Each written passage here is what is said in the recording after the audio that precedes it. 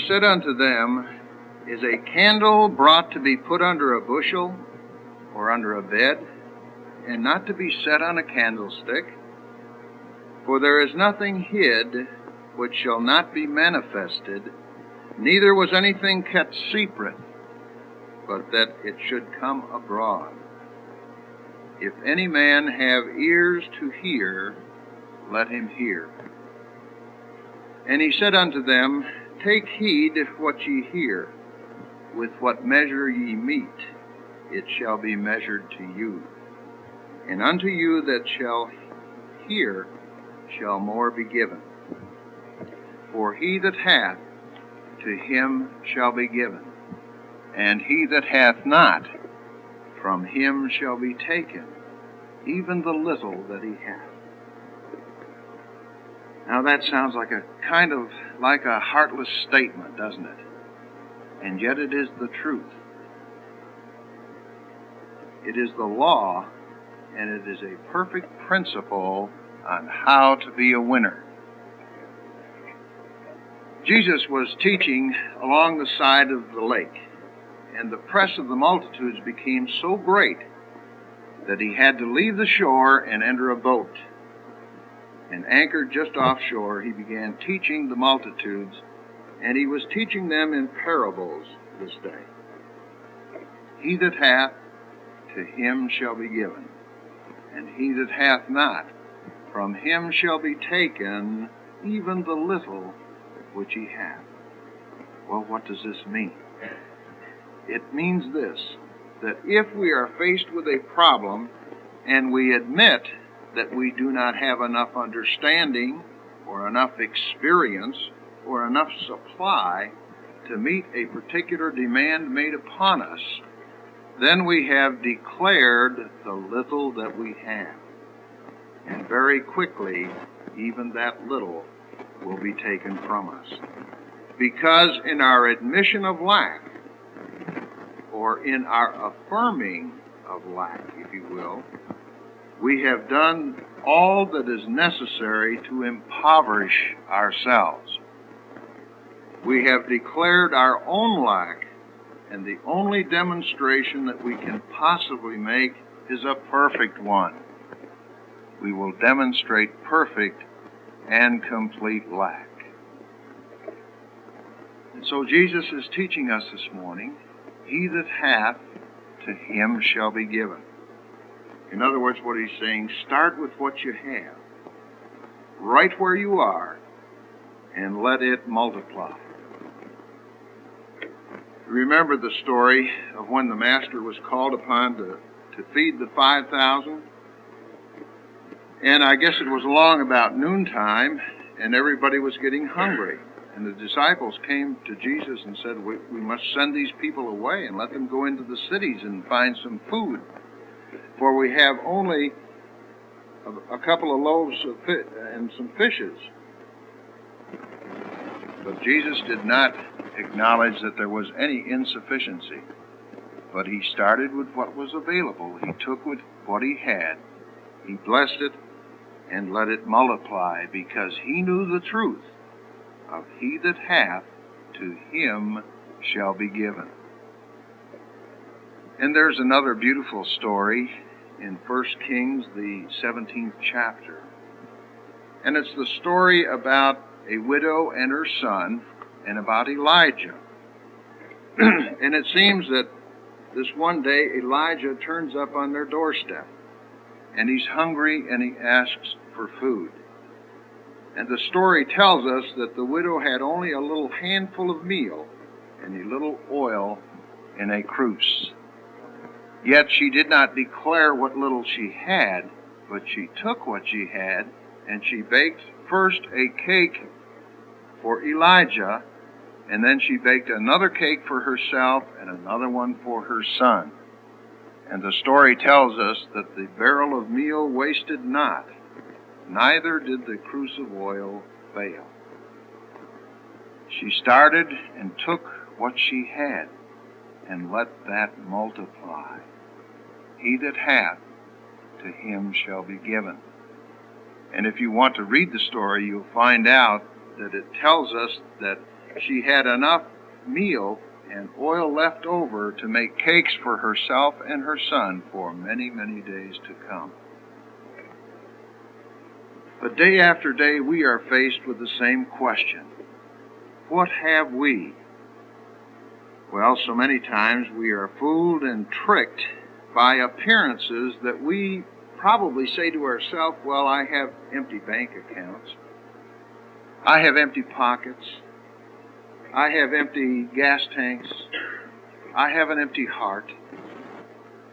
And we may be so tricked and fooled by the fact that many times we carry around with us that shame and guilt, which sometimes keeps us from enjoying the love and excitement of life. Nobody loves me. Now that's the plum syndrome that you've heard Dr. Curtis talk about. P-L-O-M. Poor little old me.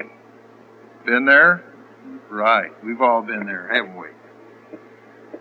I don't have anything. Oh, I couldn't get a job like that. I couldn't make that kind of money. I couldn't have friends like that. You see, do you hear the affirmations?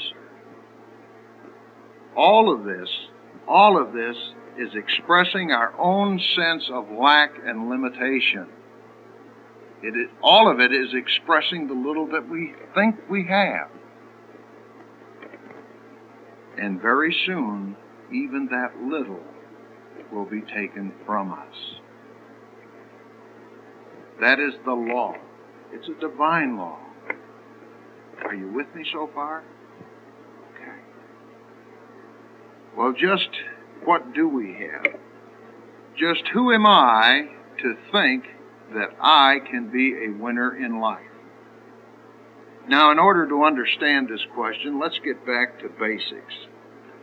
We are told that before any of the worlds were, before the universe was formed, before anything was formed, there was only God, only Spirit.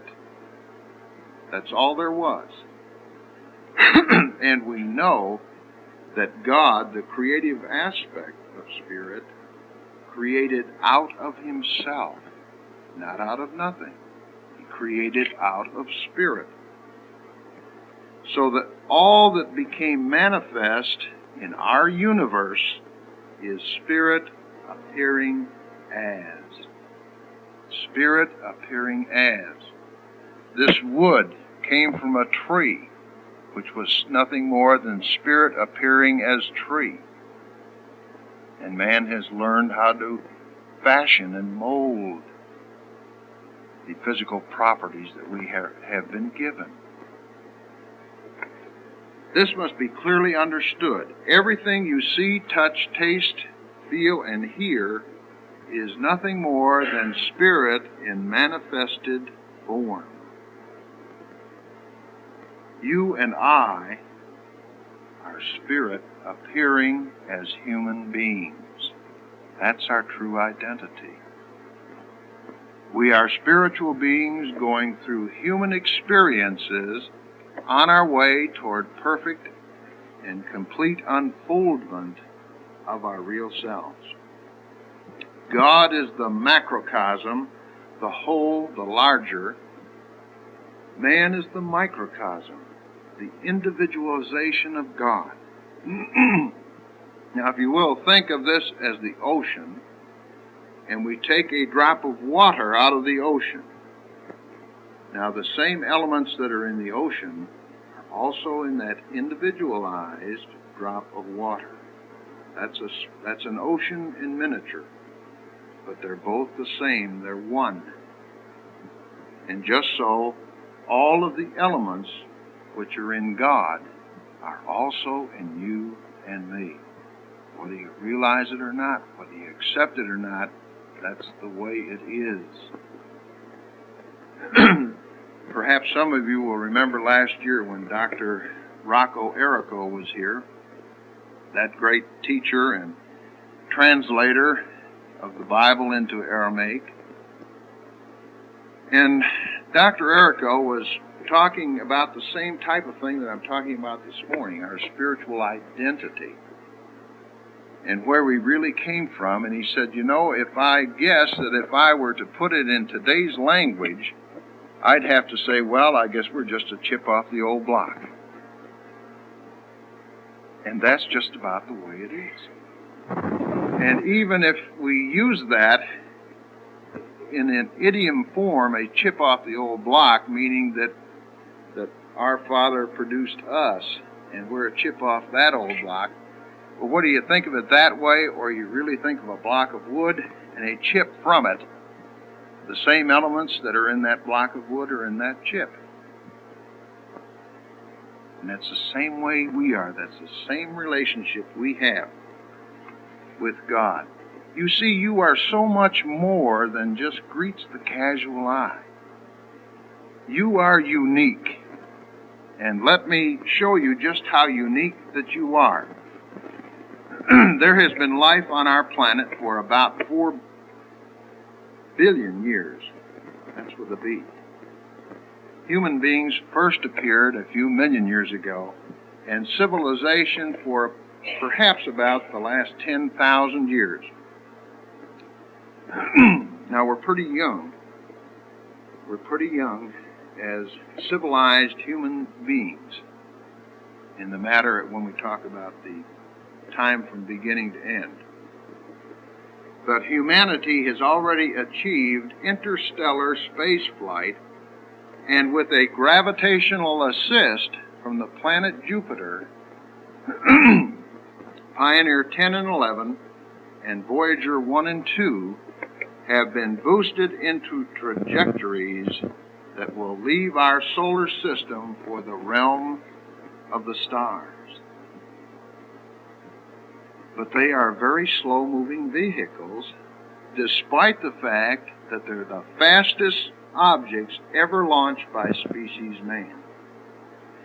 They will take tens of thousands of years just to travel typical interstellar distances.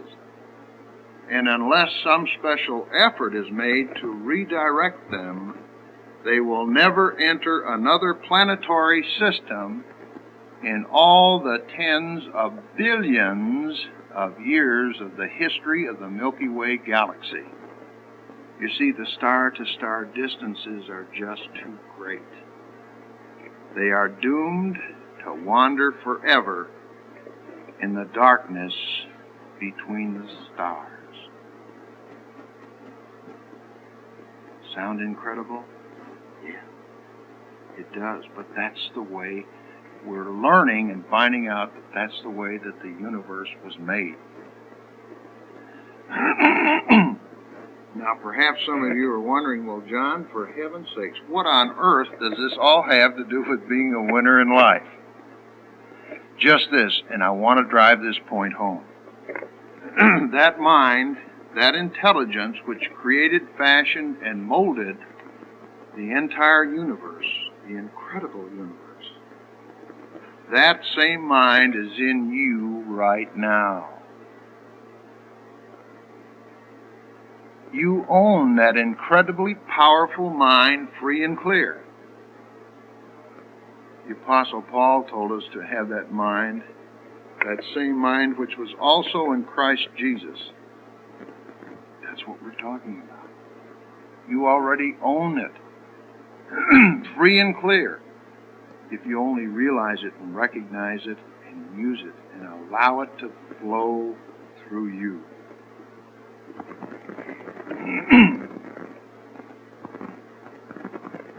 We are so often tricked by appearances in thinking that the world's trying to tell us that we are separate and apart from God, that God resides or dwells somewhere outside of ourselves. And yet Jesus taught us 2,000 years ago that the kingdom of God is within you. The kingdom of God is within you. That's where all the action is, in your own consciousness. He that hath, to him shall be given. What do you have? You have the incredible mind of God flowing the rich ideas of the universe through you right now. Right now. Awake, thou that sleepest, the Bible tells us. Wake up. Become aware of what you do have. Use it and let it multiply for you. The mind is so very, very powerful, and I want you to clearly understand the miracle of the mind. For the moment, consider the things that your mind has brought you. Everything that you have. It's brought you your work, your job. It has brought you your relationship with your family, your relationship with others, your philosophy of life. All of these come to you as the result of using your mind. Now consider the estimate made by experts. You have probably been using less than 1% of your mental capacity. Just think of that. I've already told about the incredible mind that we have, and we're only using less than 1% of it.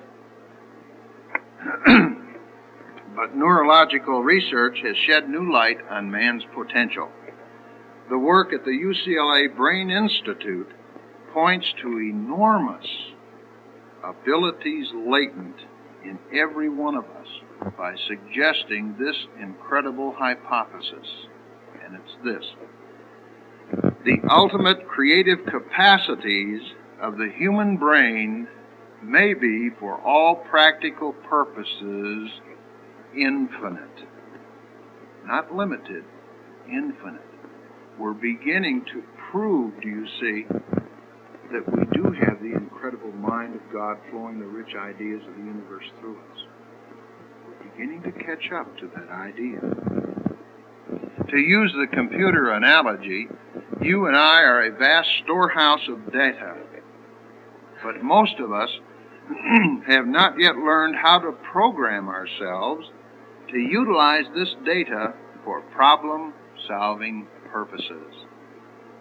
The following appeared in Soviet Life Today, which is a USSR English language magazine, and I quote, "The latest findings in anthropology, psychology, logic, and physiology show that the potential of the human mind is very great indeed. As soon as modern science gave us some understanding of the structure and work of the human brain, we were struck with its enormous reserve capacities," writes Yefremov, a noted Soviet scholar and writer.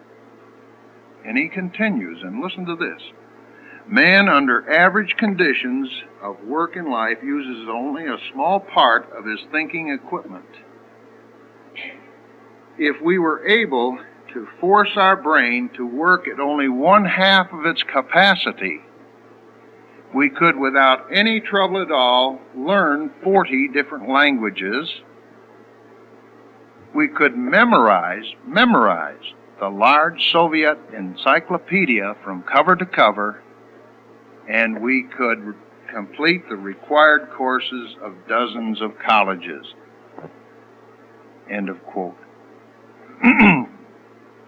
This statement is hardly an exaggeration. It is the generally accepted view of man's mental potential.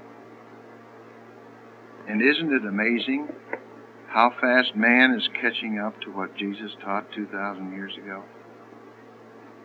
I think we're going to make it. The human race has advanced further during the past 50 years than it has in all the preceding 10,000 years of civilization. We are now living right in the middle of the golden age that man has been dreaming about and praying for. And it's going to get better.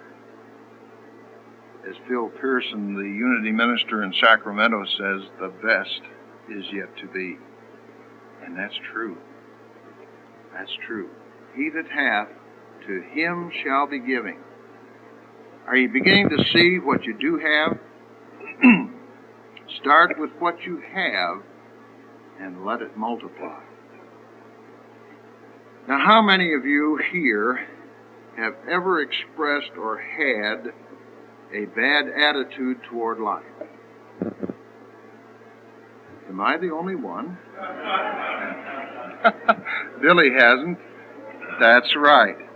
I asked Bill that one time and he told me he didn't. It is the attitude toward life that will determine life's attitude toward us. What does this mean? Well, everything operates on the law of cause and effect. Everything we do or say will cause some effect, and we are charged with producing causes. The effects or rewards of our actions will take care of themselves. Success can be guaranteed, and it will come to you every time if you will live in a certain way. Good attitude, good results. Fair attitude, fair results. Poor attitude, poor results. You see, each of us shapes his or her life, and the shape of our life is determined in a large part by our attitude, the attitude that we have most of the time. A person with a poor attitude toward learning, for example, in school or afterwards, is not going to learn very much until he or she changes their attitudes. And I know you can think of many examples in your own life. If we take the attitude that we can't do something, then we won't do it. Attitude of failure, and we're whipped before we start. What we accomplish or fail to accomplish is due in a large measure to our overall attitude. William James of Harvard said, "The greatest discovery of this generation is that human beings can alter their lives by altering their attitude of life." That's one of the great things that Michael is going to be teaching you in the dynamics of successful thinking. How to change attitudes, how they were caused, and how to make them work for you. To develop a good attitude toward the world in general, each of us must develop a good attitude about himself. We cannot give to others what we don't have ourselves. So it is the attitude that we have toward ourselves which determines our attitude toward others. And of course, this attitude we have towards others radiates out from us. You see, just like a magnet, we radiate this energy out from around us. And when you come in contact with someone else's energy like that, you can usually tell what's going on inside. As within, so without. We telegraph that very well. When you see someone with a poor attitude toward others, you can be sure he has a poor attitude toward himself. He does not like himself. He is unhappy about something. A happy person reflects his happiness in his attitude. A person with a poor attitude most of the time is unhappy and frustrated most of the time. And he is a human magnet for unpleasant experiences. And when they come, as they must, because of his poor attitude, then he just creates more problems for himself. And he becomes a self-generating, doom-fulfilling cycle. But for the man or woman with a good attitude, the same principle holds true in reverse. Expecting to win and be a winner most of the time, that's what they get most of the time. If you want something worthwhile, take the attitude that there are more reasons why you can have it than there are reasons why you can't. A famous restaurateur was once asked by a reporter, "When did you become a winner?" And he replied, "I was a winner when I was sleeping on park benches. I knew what I wanted to do, and I knew that I would do it." You see, his attitude had been one of success long before it ever materialized with its tangible rewards of success.